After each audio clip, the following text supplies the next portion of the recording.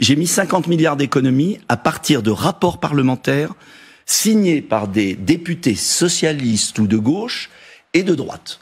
Donc j'ai pris que des rapports. Fausse carte vitale. Pourquoi on s'y attaque pas? C'est le problème de l'immigration. Faux numéro d'immatriculation de sécurité sociale. On estime, d'après tous les rapports, entre 5 et 20 milliards. Coût de l'immigration, les aides sociales à qui plus soif, l'aide médicale, etc. Deuxième point fondamental, la fraude colossale communautaire à la TVA.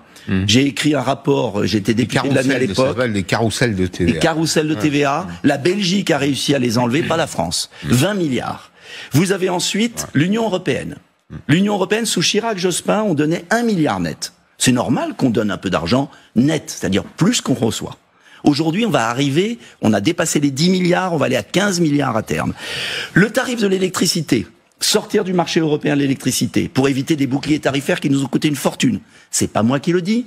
Rapport de la Cour des comptes, 30 milliards d'euros. 30 milliards d'euros. Donc ça veut dire... Dernier point, ce que n'a pas dit monsieur le maire, l'extraordinaire monsieur le maire, c'est qu'il a emprunté de la dette française et monsieur Macron, depuis qu'ils sont arrivés, à taux variable, indexé sur l'inflation, on a rajouté 12 milliards. Une petite partie. 10%, oui. C'est ça. Et bien ça nous a coûté 12 milliards. Beaucoup, oui, ça va parce que il n'y a pas un Français raisonnable qui achèterait une voiture à crédit à taux variable indexé sur l'inflation en zone euro quand il pouvait acheter.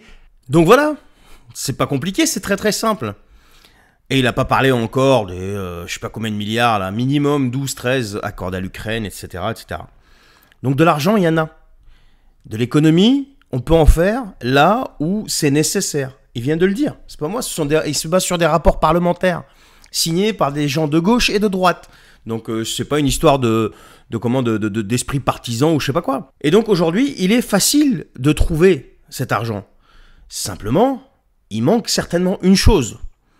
Soit il leur manque une bonne paire de couilles, soit alors ils sont tous mouillés là-dedans. Dites-moi ce que vous en pensez. Moi, je pense que c'est un petit peu des deux quand même. Ils sont tellement mouillés là-dedans qu'il leur manque les couilles de prendre les bonnes décisions pour pouvoir justement faire ces économies de 50 milliards sans venir vous taper dessus. Mais c'est tellement plus facile de venir vous taper dessus que voilà. Allez, heureusement qu'on a évité le racisme, le fascisme, le retour de la bête immonde, la xénophobie et tout ça. Et tu m'étonnes qu'ils voulaient pas du RN au pouvoir. Alors, d'après ce qui se dit, si les RN arrivaient au pouvoir, le premier truc qu'ils feraient, c'est un audit. Et je pense qu'ils veulent surtout pas qu'un audit des finances publiques soit fait. Allez, bonne journée.